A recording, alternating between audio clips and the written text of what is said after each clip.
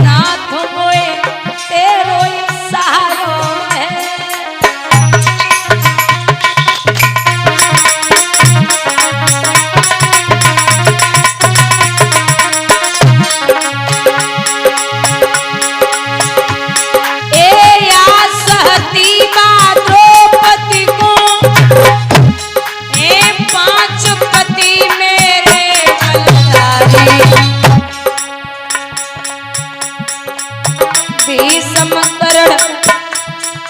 द्रोड़ बैठे ले लुटन नंदी लाजा मारे।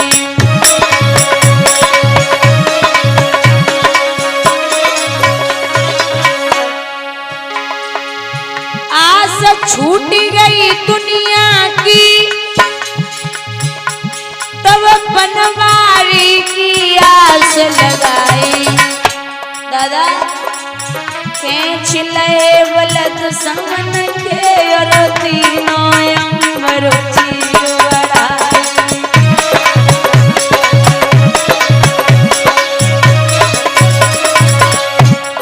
इसलिए प्रभु के बिन कोई ना हमारो है, नाथ मोए तेरो ही सहारो है।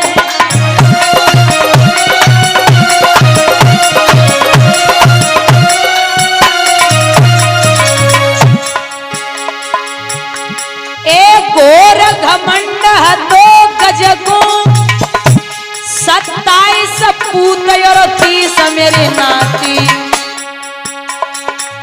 गिराने आई पछाड़ दियो जल भीतर कर गई उनकी वारी।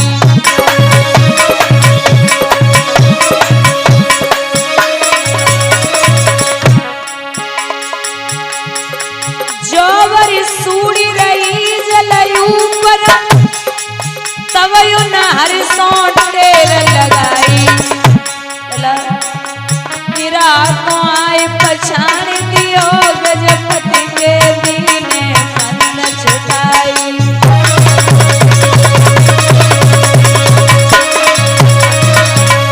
इसलिए प्रभु के बिन कोई ना हमारो है, नाथ मोई तेरो ही सहारो है।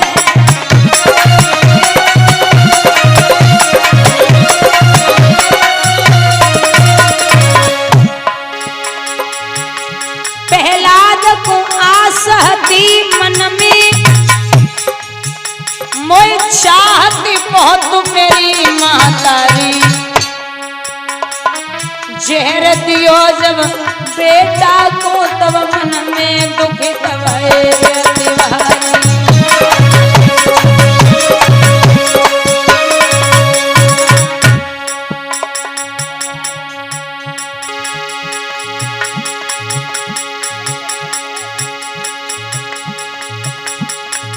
आस भुलाई सब दुनिया की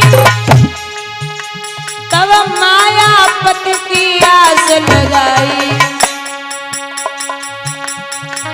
खम पार के प्रगट भये बेटा मोलिनो कंठ लगाई।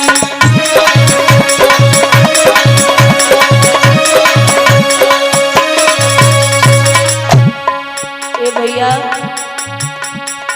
समय पे दुर्जन संग समय सत्संग करावे। समय बढ़ावे रोग समय धनवान बनावे।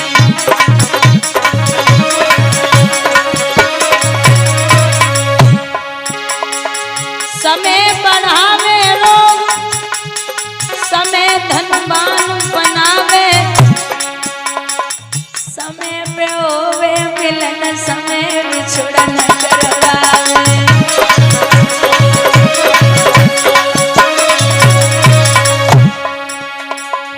एक दिन रावण ने 10 दिशा जीत लई। एक दिन शीशव के कटिए रन में। एक दिन अर्जुन ने महाभारत जीत लियो। एक दिन गोपिका लूटी भीलन ने।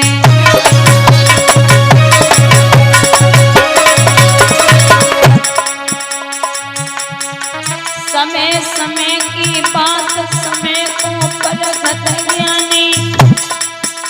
ए समय पे निकलती धूप समय पे बरसत पानी।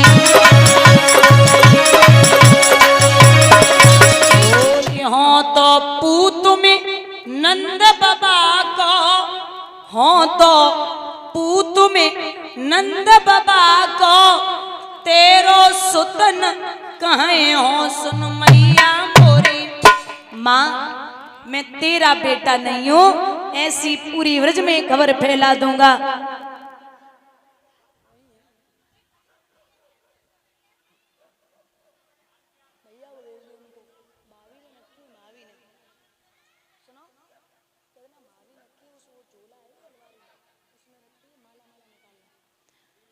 बोले मैं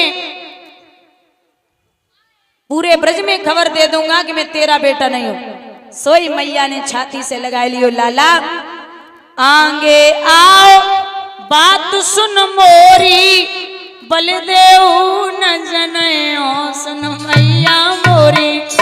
लाला आजा, बलदेव को मत बताना, और तुझे बता तो चंद्रमा से बढ़िया चीज दिला दे तो कैसो रे। सो भगवान बोले चंद्रमा से बढ़िया चीज का है? बोले आजा सुन। हंस समझावत कहती यशोदा, तो को नई दुल्हनिया ले हो सुन मैया मोरी। लाला तेरे लिए नई बहू लेके आऊंगी। सो भगवान चंद्रमा तो एक सेकंड में ही भूल गए। बोले ला बहू दे। सो मैया बोली पहले ब्याह लायक तो है जा। बोले नहीं मैया तेरी सो सुन मोरी मैया, मैं तो आज ही ब्याह वे जय हो सुन मैया मोरी। आज ही विवाह करूंगा, आज ही बहू चाहिए। सूरदास जी लिखते हैं कि सूरदास कुटिल बराती, गीत समंगल गए सुन मैया मोरी। चंद्र खिलौना ले हो सुन मैया मोरी। ऐसे प्रभु के उपद्रव श्री सूत जी कहते सौनकादिक ऋषियों, एक दिन भगवान मैया यशोदा सो जवाब दे रहे माँ। बोले हाँ लाला मैं गैया चराने के लिए जाऊंगा। मैया बोली अभी छोटा है, भूख लगेगी तो कहाँ भोजन करेगा, इसलिए रहने दे।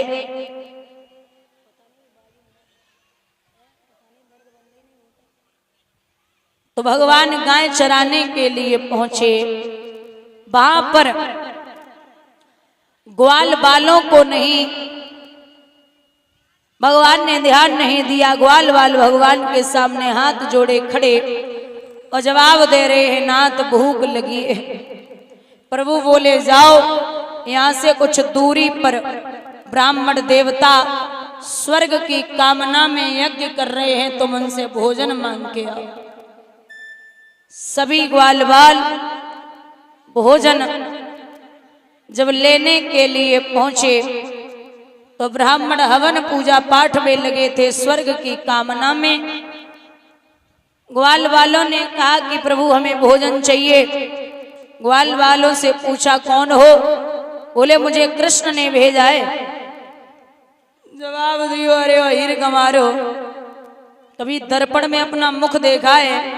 जो भोजन मांगने आ गए, चलो निकलो, फटकार दिया। ग्वाल वाल आए, जवाब दिया प्रभु उन्होंने भोजन नहीं दिया। भगवान बोले किससे मांगा था? बोले ब्राह्मणों से। भगवान बोले दोबारा फिर जाओ और अब की बार भोजन ब्राह्मणों की पत्नियों से मांगना। फिर दोबारा गए तो भोजन ब्राह्मणों की पत्नियों से मांगा। ब्राह्मणियों ने सुना कि कृष्ण भोजन मंगा रहे हैं तो उन्होंने अपना अपना भोजन लिया और ग्वाल वालों को दे दिया। वरदान दिया है प्रभु ने कि जाओ, ब्राह्मण जिंदगी भर कमाते कमाते मर जाएंगे, तुम घर पे बैठे बैठे खाओगे। बोलिए गोविंद भगवान की। एक दिन की बात है, भगवान स्वयं ग्वाल बालों से बोले कि अपने अपने घर से भोजन लेके आना, मैं बताऊंगा किसकी मैया कैसा भोजन बनाती है। तो सभी ग्वाल बाल भोजन लेके गए, लेकिन एक मधु नाम का सखा भोजन लेके नहीं गया, वो छाछ लेके गया है मट्ठा। भगवान ने सबके भोजन किए, लेकिन वो मधु नाम का सखा विचार करने लगा कि माखन मिस्त्री को खाने वाला मेरी छाछ को क्या पिएगा, इसलिए कोने में बैठ के छाछ को पीने लगा। भगवान की